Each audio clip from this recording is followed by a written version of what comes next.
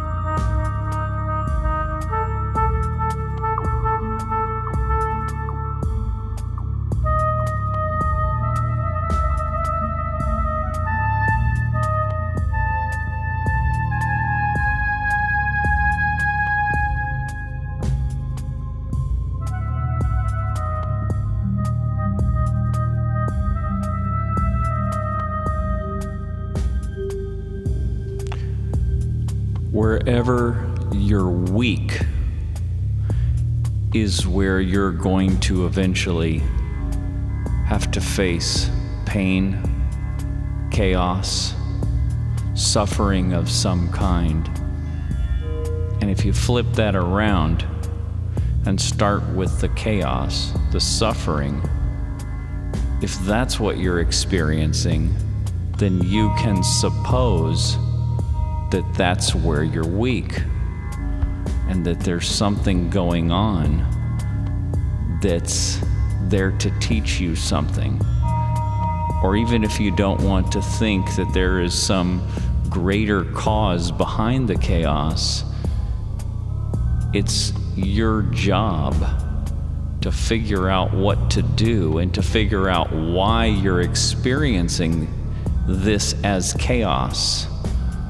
Because if you had it together in this way, you would be exempt from the chaos, but you're not. Because everything that you are right now is exactly what you're supposed to be. Or what you can't help from being. You are what you are. You're at where you're at, right? You're at where you're at, and you can zoom out and say the same thing about where we are as humanity. We're at where we're at. Yeah. We have this tendency of looking at all the chaos and thinking that there's something wrong. And really that's just a human perspective. Because look at everything that happened before we even got here. Do you think this huge master organism is so screwed up that by 13.8 billion years later, it wouldn't have it figured out? No.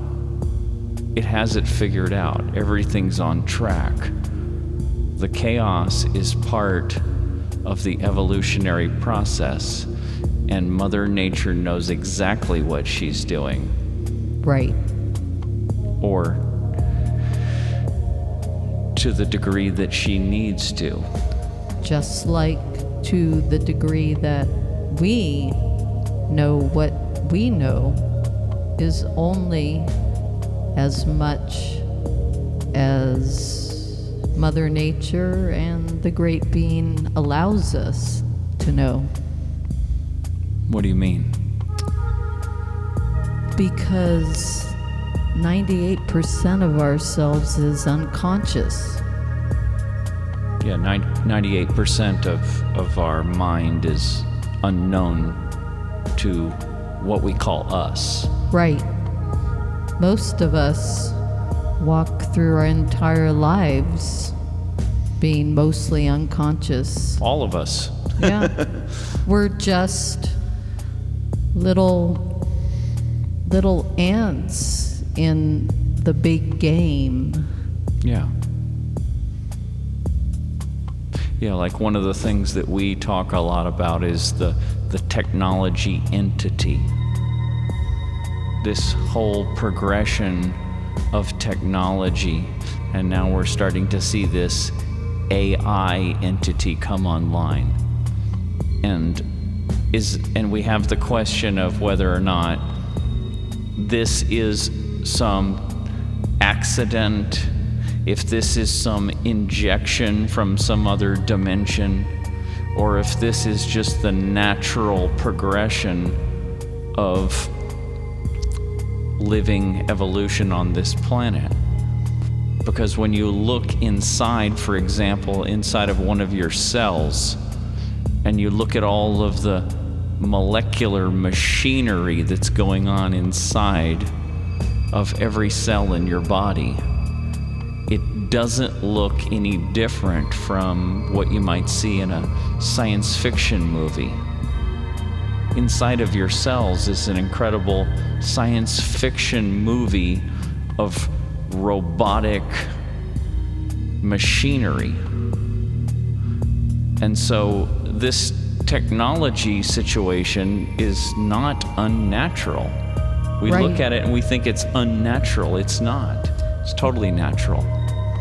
I remember one time we talked about how we were just the brain cells of the planet, and that we were coming online to become more conscious for the bigger plan of planet Earth. Yeah, that's been thrown around for a while. The idea that we're the neurons of the planet.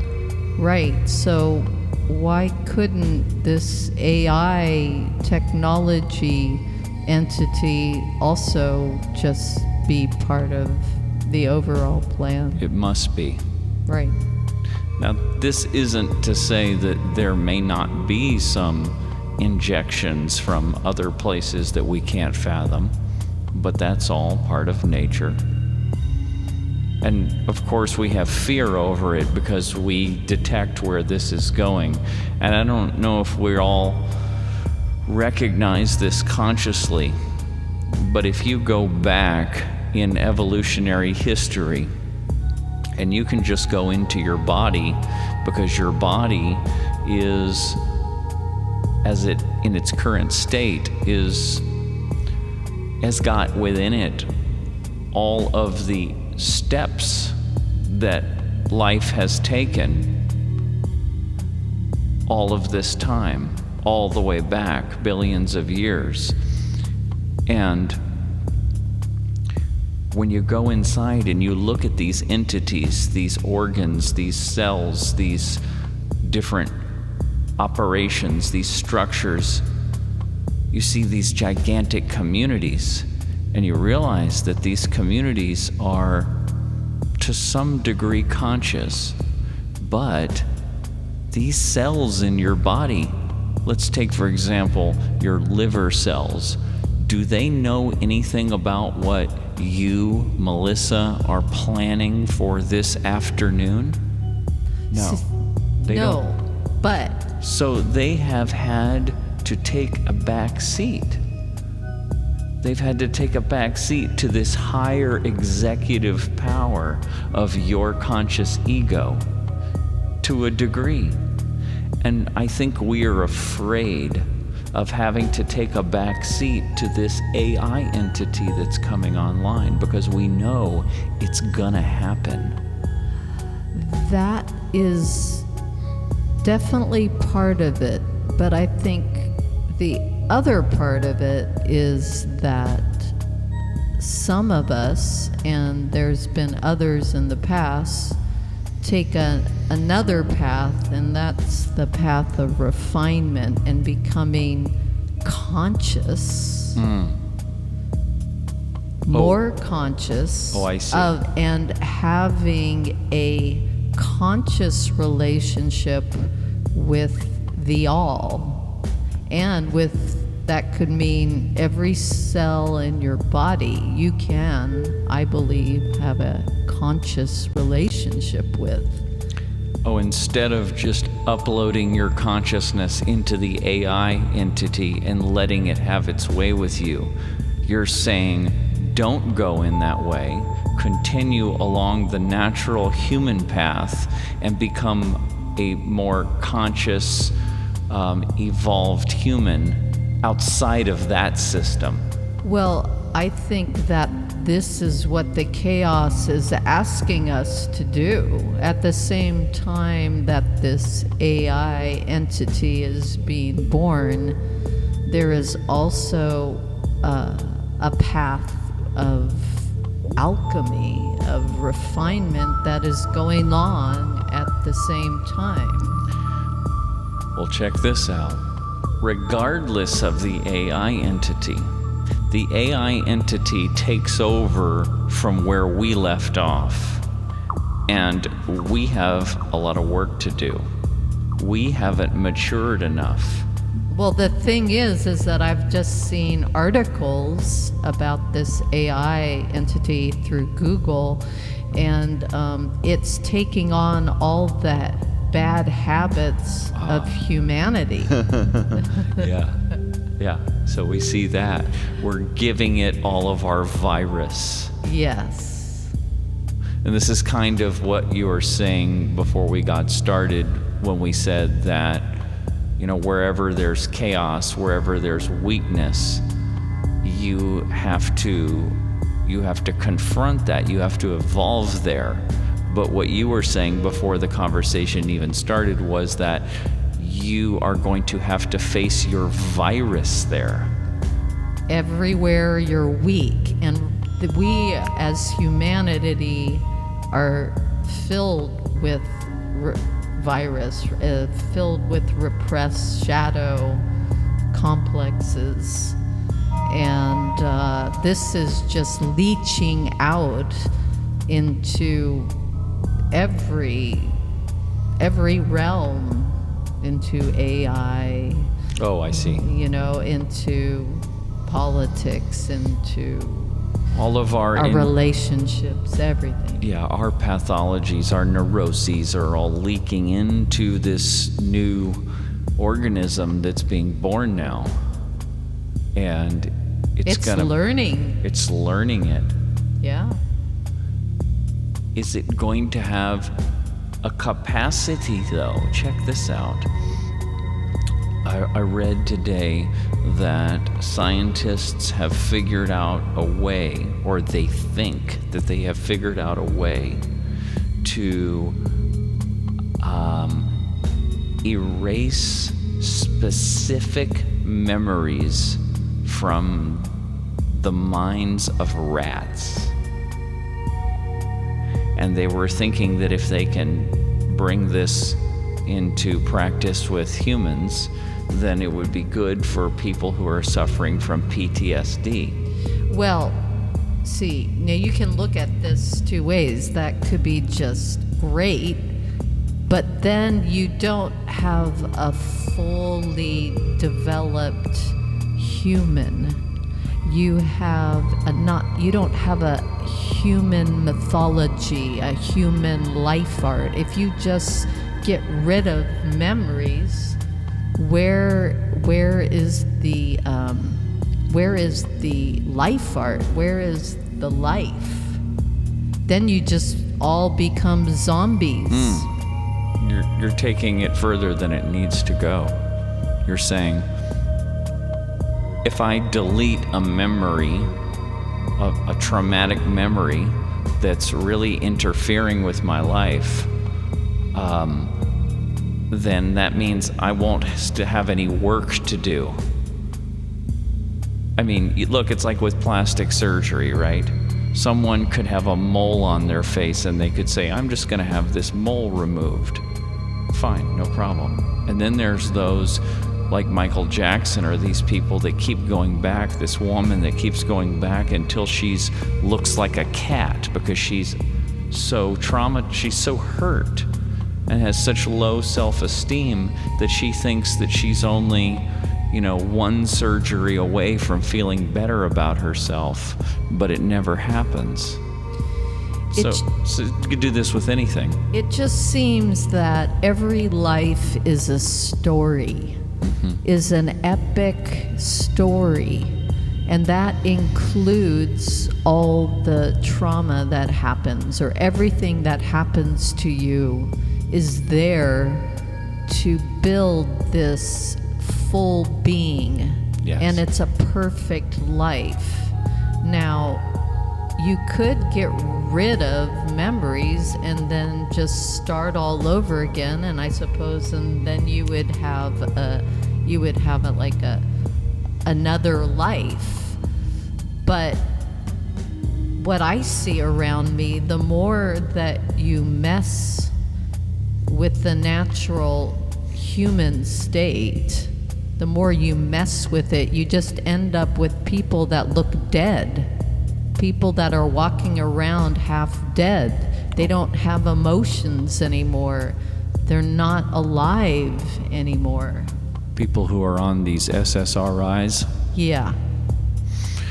Which is a big percentage. And then that doesn't even include all the opioids, Well, so this is a good point, is that when you go in there to erase that memory, you actually do not really you don't turn back time and create a human being that is everything other than the memory. In other words, that memory is locked into trillions of new patterns that have been formed in you around that memory. You have been built around that wound. And if you go in there and you take out that memory, okay, you took out that memory, but your whole mind body has been formed around it.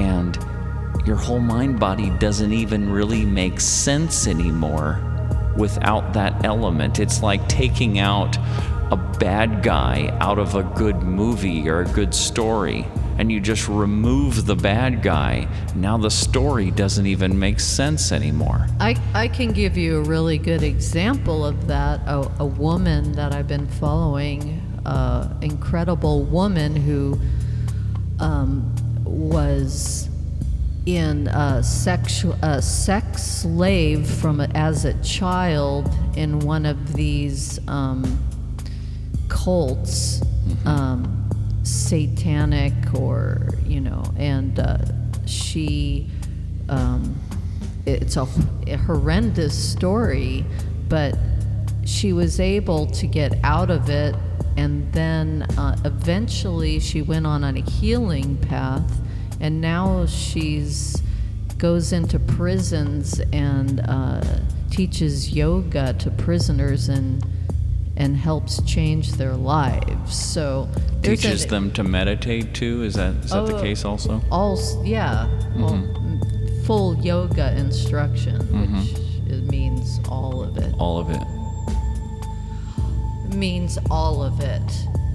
But the thing is if you had just erased her memory of this trauma, for one thing, she's bringing it out into the culture. She's illuminating this.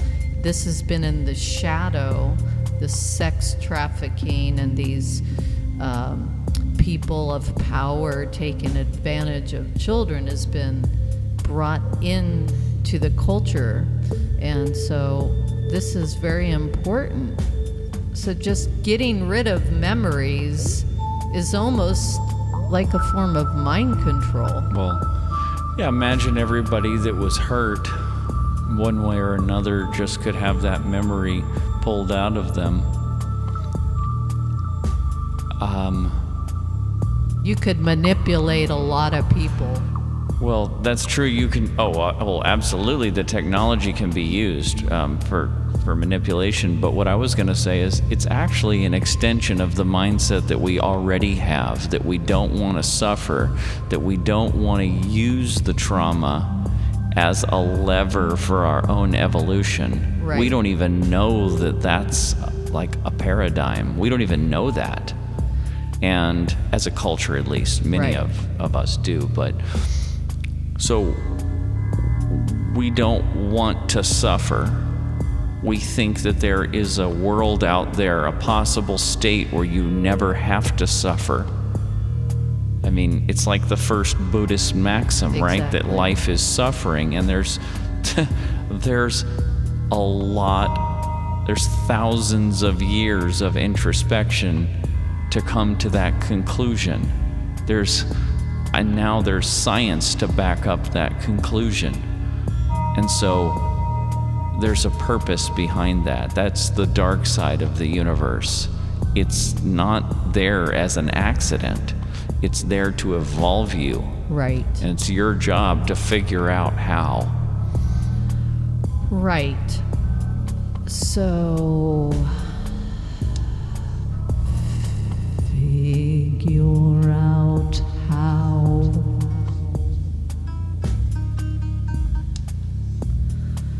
Figure it out.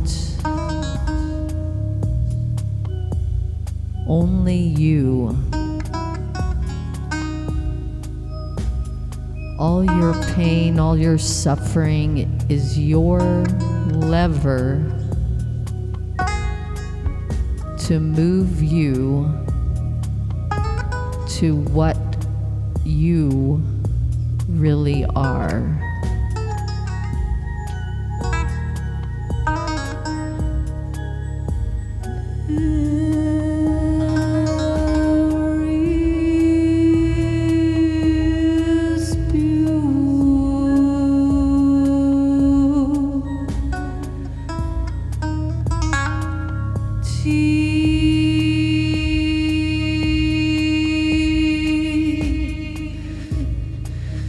In the suffering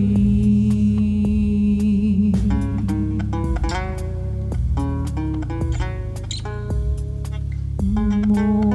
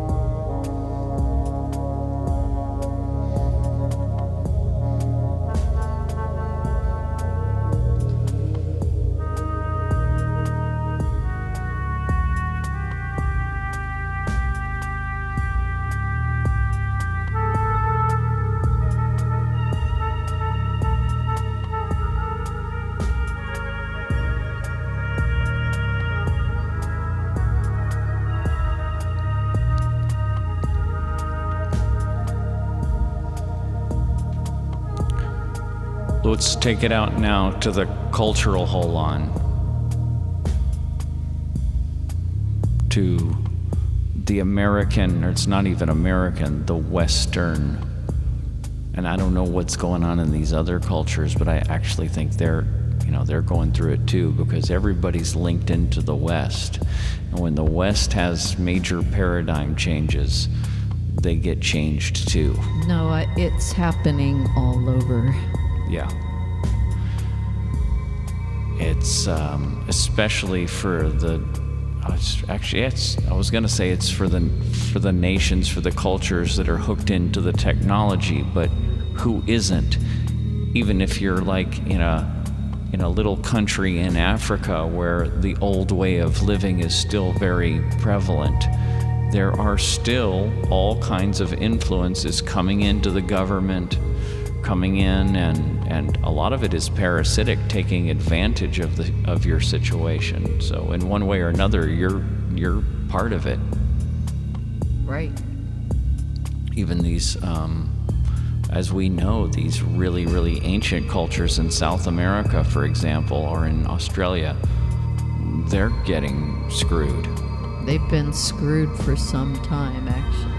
And not only are they getting screwed, some of them have figured out how to, take on some of the Western technology. They're wearing the clothes. Well, yeah, actually, they're using tools. What's very interesting is that part of the evolution of our species, I believe, is incorporating the indigenous culture into our modern age. Major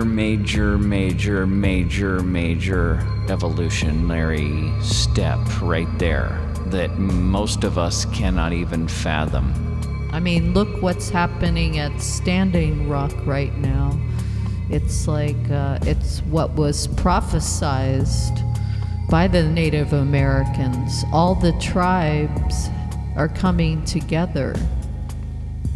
So it's actually bringing more people aware of the deep nature and the importance of the indigenous populations, what they bring us. That part of us, everyone who is in the West, that part of us is still active, is still very deep. Well, every we just repress it. These cultural patterns, these cultural traditions that we see in indigenous cultures, those ways of seeing yourself and the world are still inside of us. Exactly. They're in the Westerners too. They come up, they're part of you, but they're tucked back because these newer structures are overriding them, or they're just louder. And this is actually one of the things that's in the way of healing race relations and cultural relations in the world. And this is going to be something that it's going to be the Western people, the white people, that are probably going to have to take a step here. And that is to be able to realize that these other cultures, especially these ancient cultures, they're living in ways, they're thinking in ways, they're acting in ways that now are still in you, but they're in your unconscious. Right. This is the purple level, right? Yeah, you could look at it, if you want to look at it in spiral dynamics. Through the spiral dynamics model, these archaic ways of perceiving are still active inside all of us, and they are compelling us without our understanding. And it turns out that one of the reasons, I believe, one of the reasons why it was so difficult for white Americans to accept the Africans is because there are essential elements of those Africans, their culture and their way of being, that is inside the white Westerners, but it's in the shadow of the white Westerners. Right. And exactly. It's very interesting, actually, how the conflict happened between black and white people. The black people are like the shadow of the white people. I would say they're the shamans. Yeah, they're of more the white people, really. They can be if the Yes. white people will allow that. It's a deep, older, richer culture, and actually, I wouldn't say it's richer. It's definitely older. It's more earthy. It's more ancient. right. It's more tied to the body. Well, I was just thinking about jazz. Yeah. But remember, jazz is an integrated thing.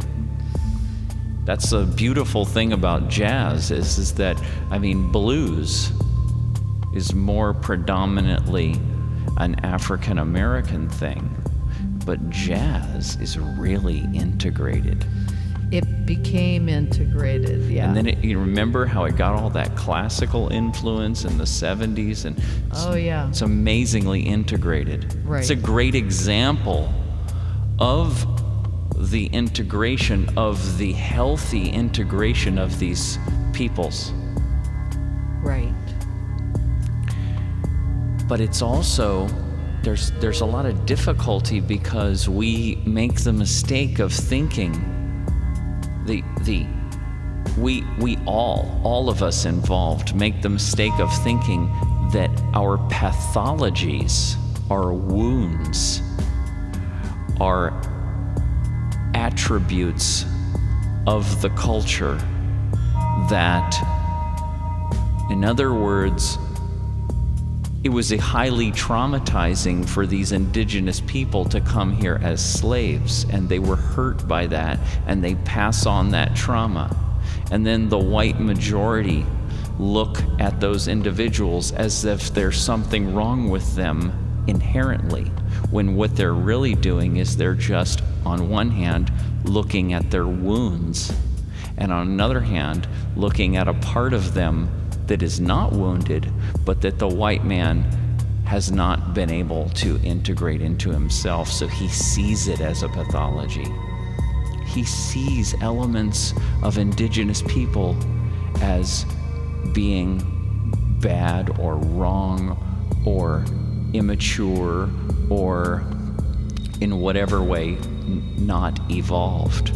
But that's just his own Pathology. That's his own issue, because he just hasn't found a way to integrate those things about the indigenous people into his own mind and body and life. And I'm not saying I know how to do it.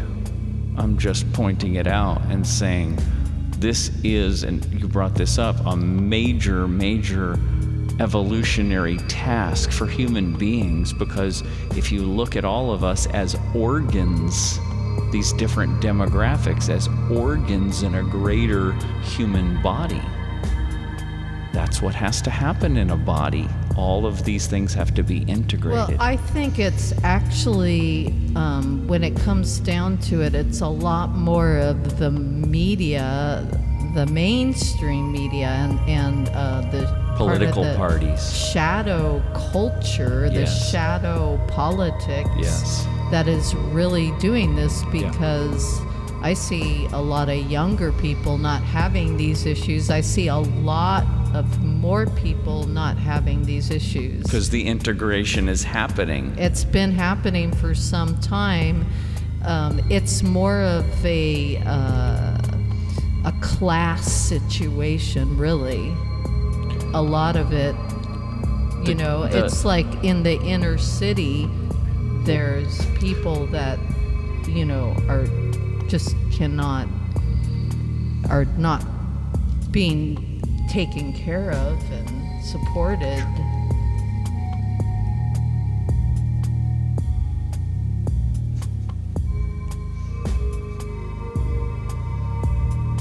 The money problem keeps the disease alive.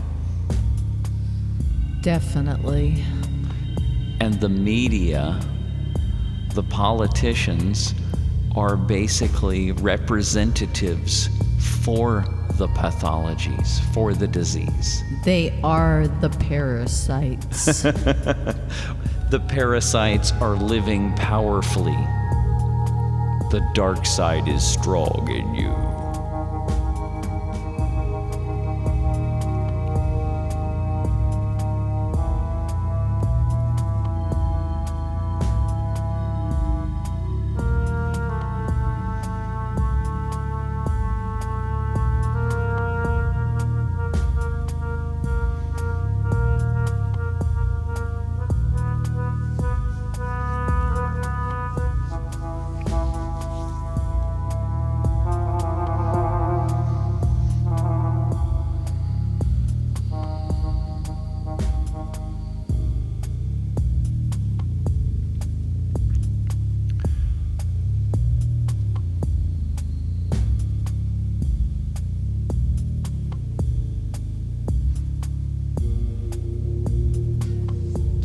quite tuned perfectly, but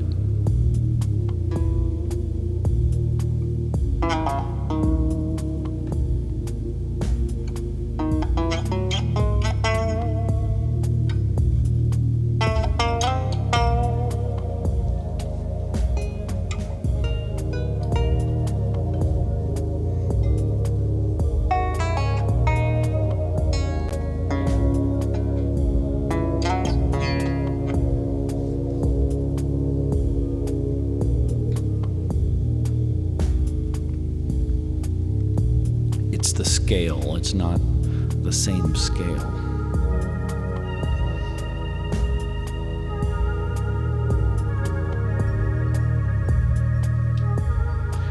Now, the progressives take this all way too far, just like the old Christian conservatives that didn't want integration. The progressives go to the other extreme because they recognize the wounding. They recognize the cultural wounding because they themselves have been wounded in other ways that they relate to. Yeah, most of us have been abandoned by our culture. We don't live in healthy ways. Our families are torn apart. A lot of us come from broken families. We grow up in daycare. We don't have a lot of community around us. No, parents don't have time. Parents are stressed out. Right. They fighting all the time. Right. So all sorts of wounding that happens to us.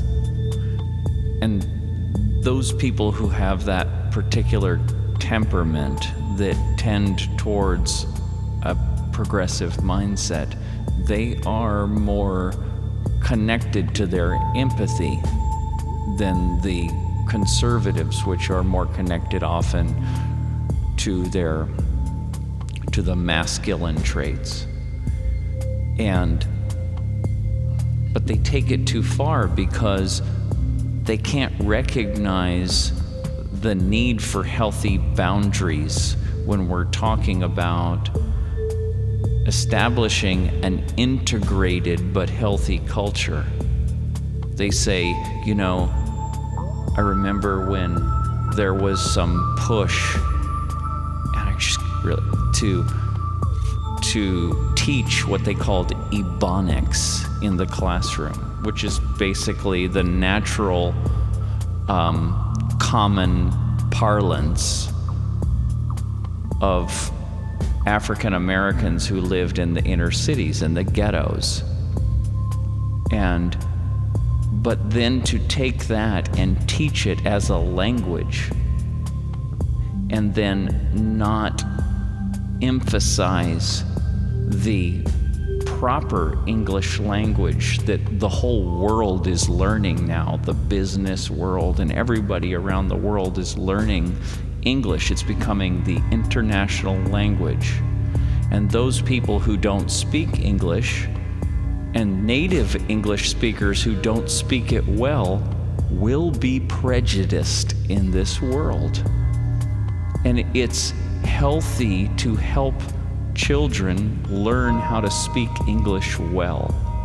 It's not healthy to say, you know what, go ahead and forget about that.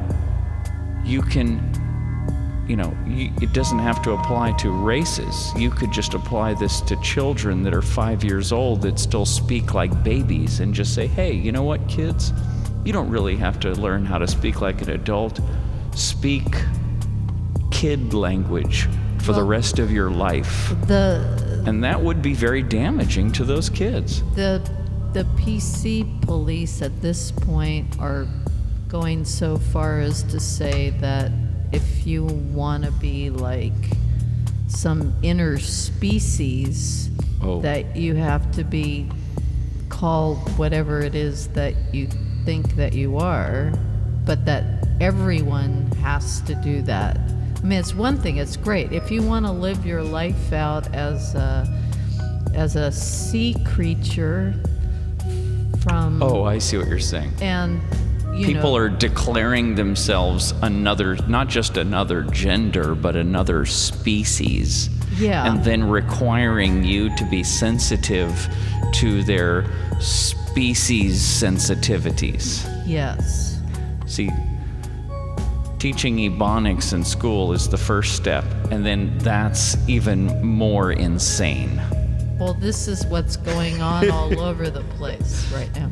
Right, so this is a certain consciousness that when it's balanced, it opens up human beings to accept more diversity, which is evolutionary. But when it's unbalanced to the extreme, it says boundaries are not even necessary. Rules, laws, customs. But that's not true.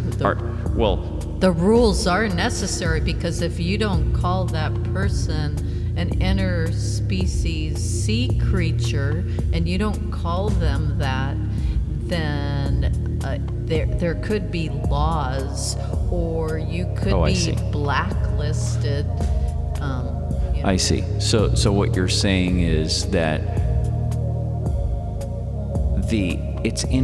so this is interesting. This is very interesting, because if you just follow the logic out of where this consciousness goes, this progressive green meme consciousness goes, is it goes towards breaking down all boundaries.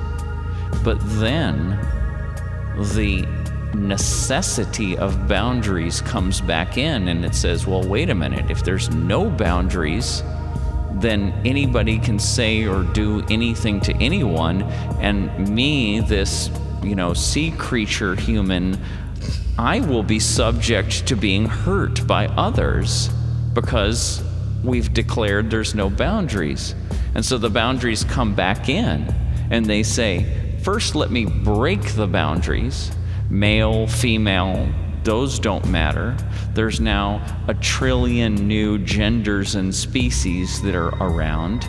And then the boundaries come back in and say, and you had better respect each and every one of these micro-genders and these interspecies possibilities, or else you're going to jail.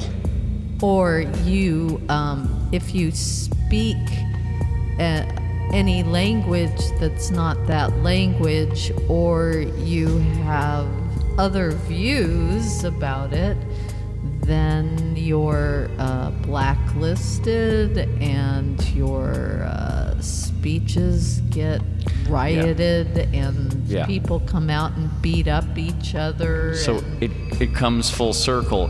This consciousness, this green progressive consciousness, runs away from the strict boundaries of the Christian conservative past. It opens up all these boundaries and says, hey, you know what? Anything can happen. We can do anything. We can be anything.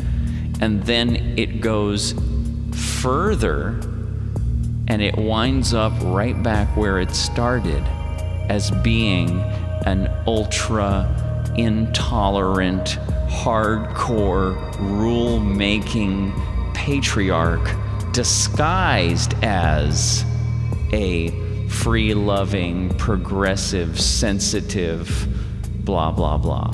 Exactly.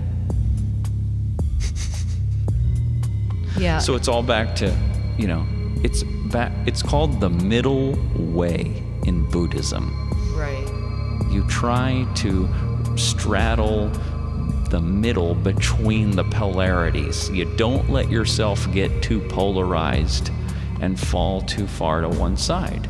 But see, this is where the inner work is where we're at. A lot of these progressives who have just been feeling like they don't fit in, and they want everybody to just accept everybody else.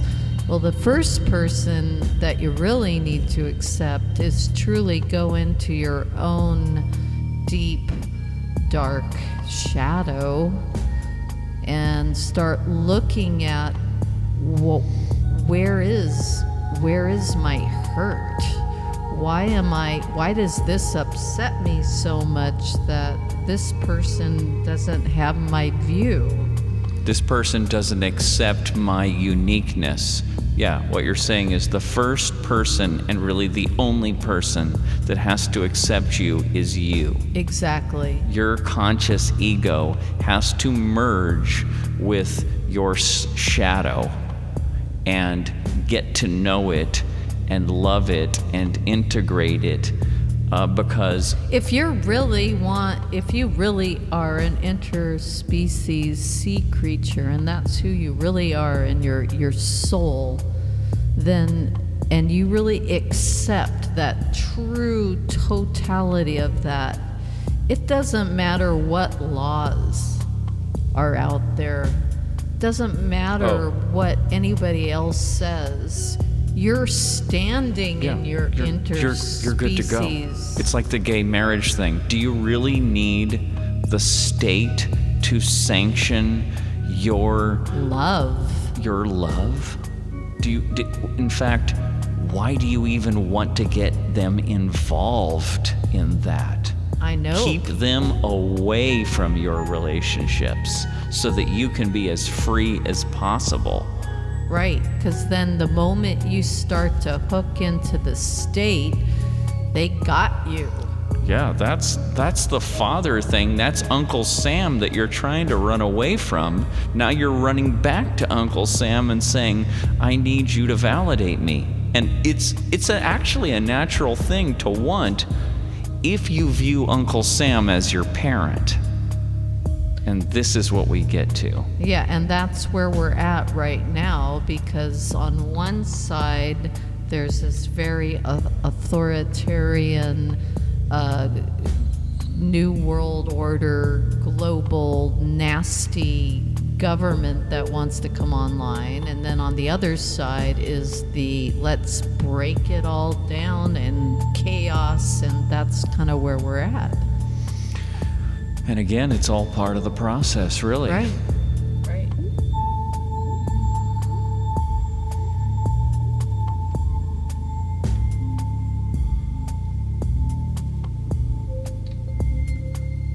You want to play a little ditty for going out?